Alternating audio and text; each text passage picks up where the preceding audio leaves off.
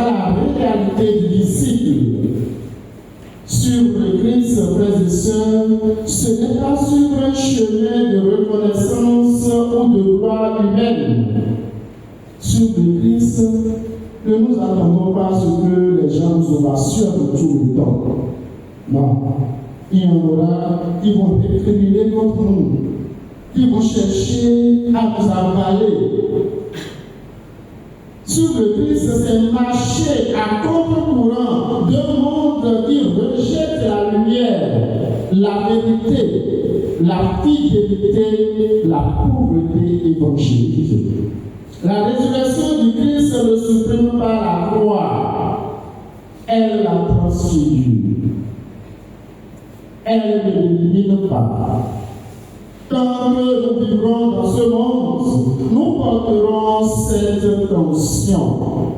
La joie de ressusciter dans notre cœur est la résistance du monde à l'évangile autour de nous. Regardons Paul dans la première lecture que nous venons d'entendre. L'Esprit Saint l'empêche de prêcher en Asie. Il le pousse ailleurs. Ce n'est pas Paul qui choisit son terrain de mission, comme certains le font chez nous. On nous envoie quelque part, mais on préfère aller ailleurs. Non, on ne s'envoie pas en mission, mais on est envoyé. C'est Dieu qui conduit. Et souvent, dans la contrariété, dans l'échec apparent, que Dieu nous oriente. Nous voulons aller à droite, Dieu tient la porte. Nous voulons insister, l'esprit nous bloque. Il y a ici une leçon pour notre Église et pour chacun de nous aujourd'hui. Au lieu de nous lamenter sur les épreuves, les reculs, les rejets, posons la question. Seigneur, que veux-tu nous dire à travers cela? Vers où veux-tu nous envoyer?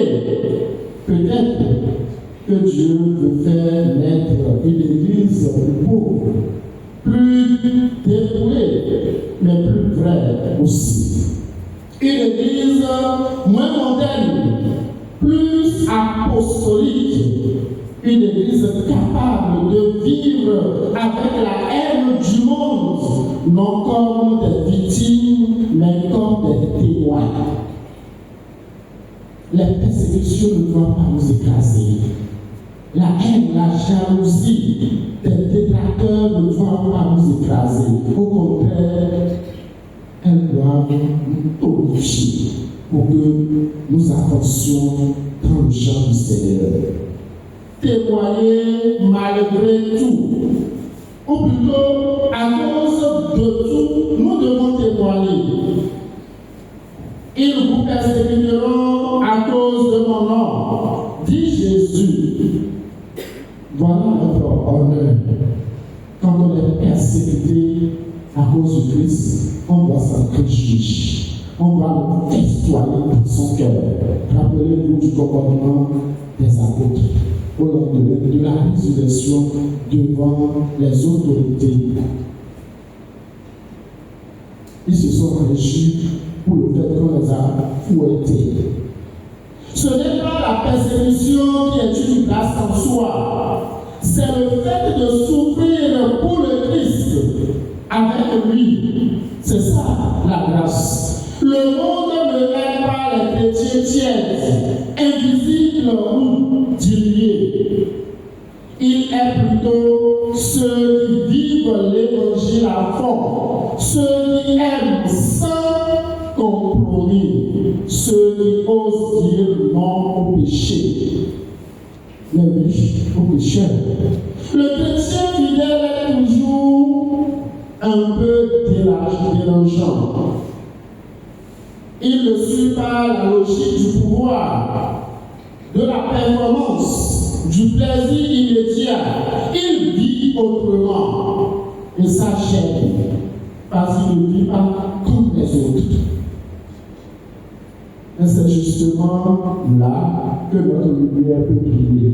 Au moment où nous allons commencer à vivre autrement comme les autres.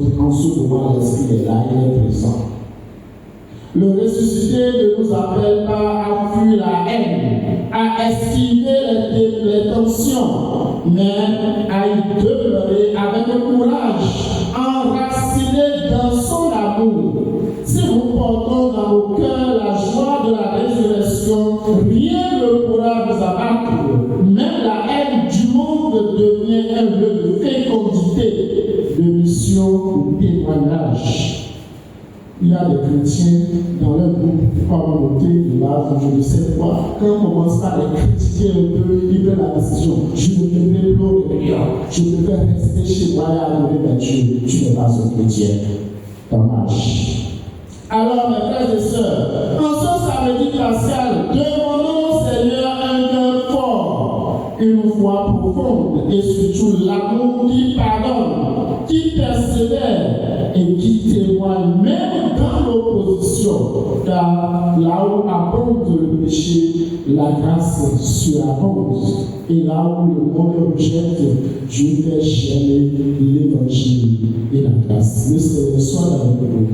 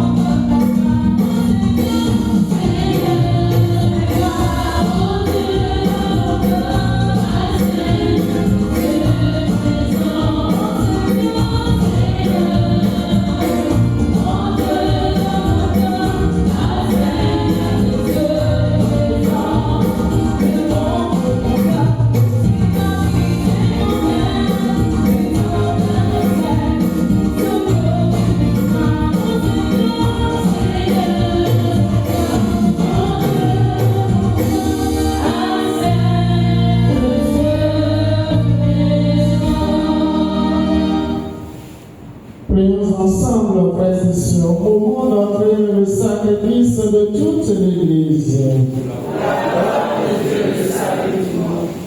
Dans ta bonté, sanctifie ces dons, nous t'en prions, Seigneur. Accepte le sacrifice spirituel que nous t'offrons et fais de nous-mêmes une éternelle offrande pour toi. Par Jésus, le Christ, notre Seigneur. Amen. Le Seigneur soit avec vous. Et avec votre esprit. Élevons notre cœur. Nous retournons vers le Seigneur. Rendons grâce au Seigneur, notre Dieu. Cela est juste et bon. Vraiment, il est juste et bon pour ta gloire et notre salut de te louer, Seigneur, en tout temps, mais plus encore de te glorifier en ce jour où le Christ, notre Pâque, a été immolé.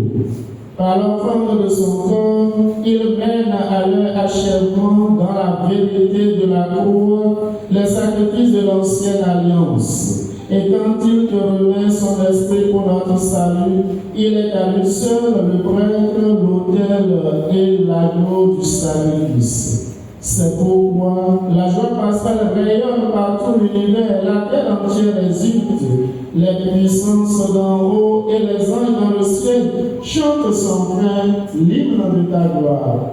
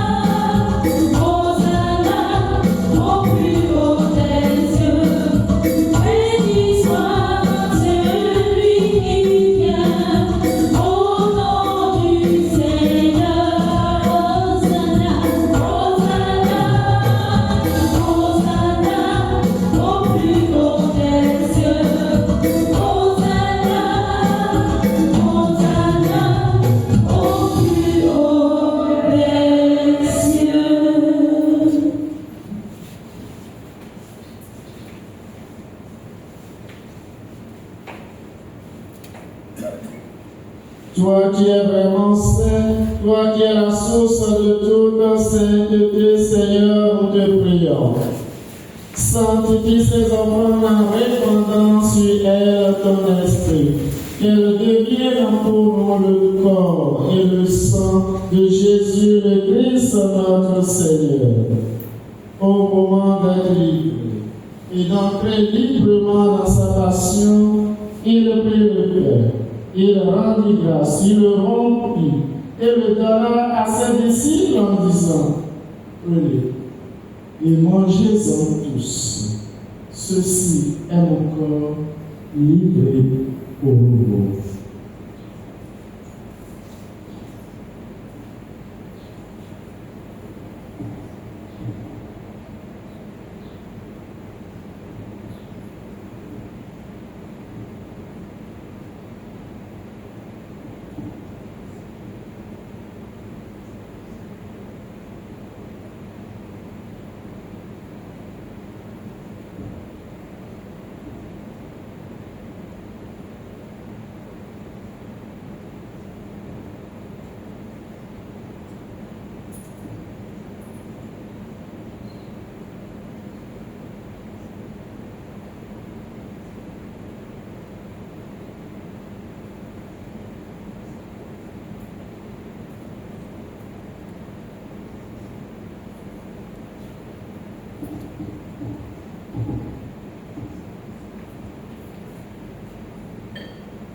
De même, après le repas, il prit la coupe. De nouveau, il rendit grâce et la donna à ses disciples en disant, prenez et buvez-en tous, car ceci est la coupe de mon sang, le sang de l'alliance nouvelle et éternelle, qui sera versé pour vous et pour la multitude en rémission des péchés. Vous ferez cela en mémoire de moi.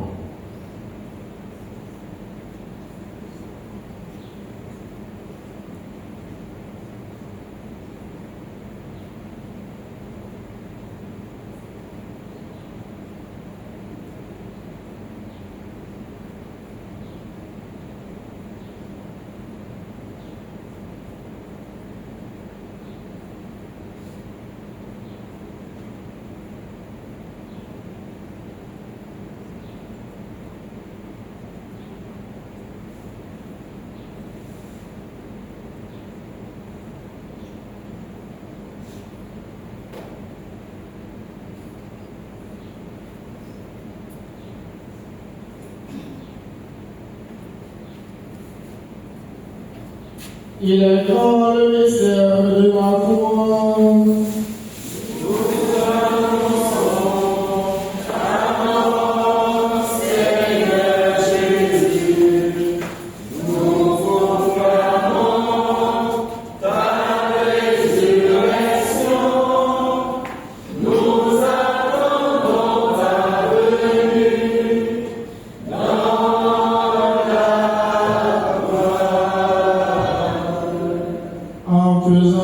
mémoire de la mort et de la résurrection de ton Fils, nous t'offrons, Seigneur, le pain de la vie et la coupe du salut. Et nous te rendons grâce car tu nous as estimés dignes de nous tenir devant toi pour te servir. Humblement, nous te demandons, qu'en ayant par au corps et au sang du Christ, nous soyons rassemblés par l'Esprit Saint en un seul corps. Souviens-toi, Seigneur, de ton Église répandue à travers le monde. Fais-la grandir dans ta charité, en union avec notre pape Léon, notre évêque Ignace et tous les évêques, les prêtres et les diacres. Souviens-toi aussi de nos frères et sœurs qui se sont endormis dans l'espérance de la résurrection. Souviens-toi de tous les défunts pour lesquels nous prions au cours de cette Eucharistie. Les défunts de nos familles respectives, les amis, les bienfaiteurs décédés. Ceux qui sont morts au cours de cette nuit, qui meurent sur le moment ou qui mourront au cours de cette journée.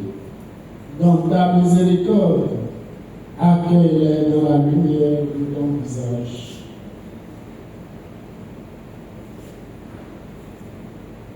Sur nous tous enfin, sur les intentions que nous portons, celles qui nous sont confiées, ou ceux à qui nous avons promis prier, nous implorons ta bonté. Permets qu'avec la Vierge Marie, la bienheureuse Mère de Dieu, avec Saint Joseph, son époux, les apôtres et tous les saints qui ont fait ta joie au long des âges, nous ayons part à la vie éternelle et que nous chantions ta louange et ta gloire par ton Fils Jésus le Christ.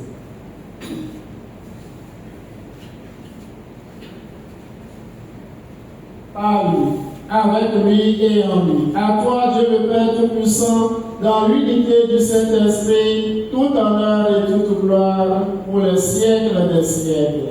Amen.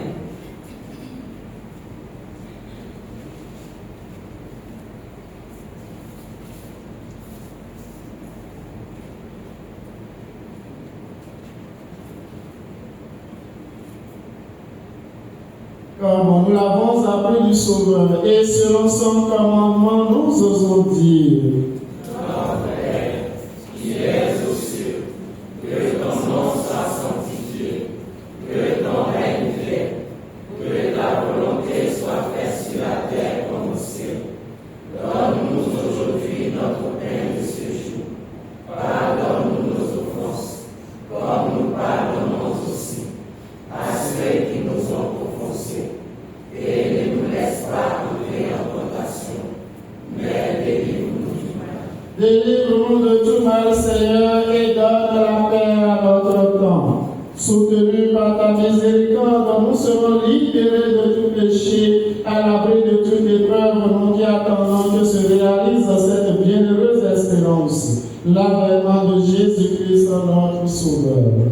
Grâce à toi, t'appartiennent le règne, la puissance et la gloire pour les siècles des siècles. Seigneur Jésus-Christ, tu as dit à tes apôtres et tu me redis encore ce matin: je vous laisse la paix, je vous donne la paix. Ne regarde pas nos péchés, mais la foi de ton Église. Pour que ta volonté s'accomplisse, donne-lui toujours cette paix et conduis-nous vers l'unité parfaite, toi qui vis et règnes pour les siècles des siècles. Amen. Que la paix du Seigneur soit toujours avec vous. Et avec votre esprit. Dans la charité du Christ, donne-nous la paix.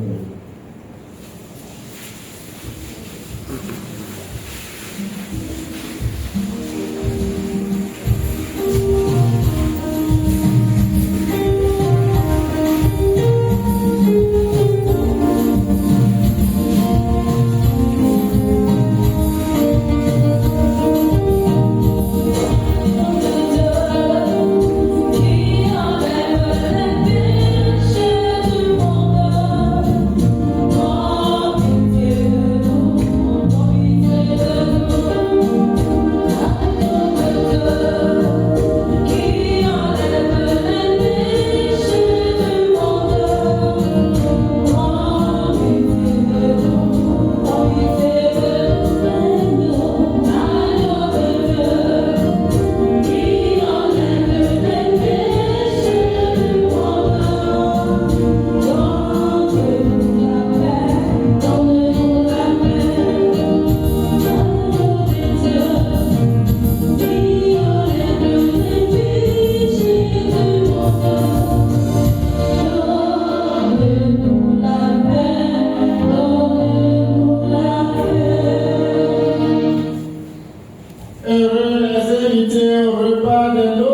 l'agneau, le voici, l'agneau de Dieu qui enlève les péchés du monde. Seigneur, je ne suis pas digne de te recevoir, mais dis seulement une parole de ce Dieu. Le corps et le sang de Christ pour la vie éternelle. Amen.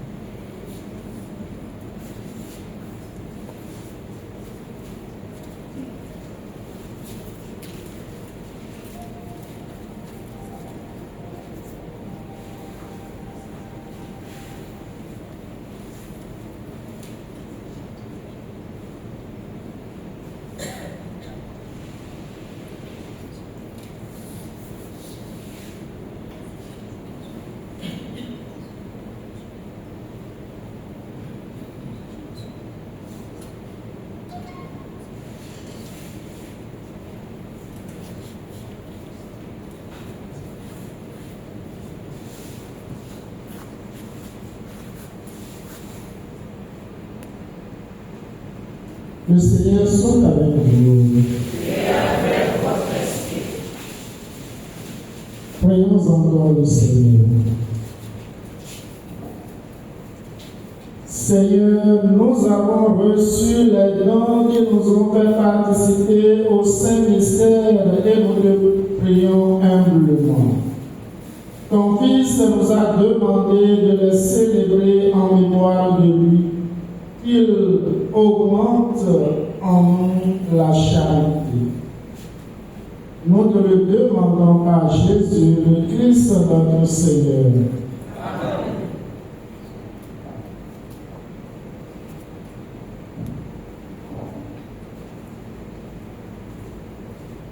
Je voudrais inviter le couple qui fête 7 ans de mariage et nous voulons recevoir la bénédiction. Et les autres aussi qui fêtent également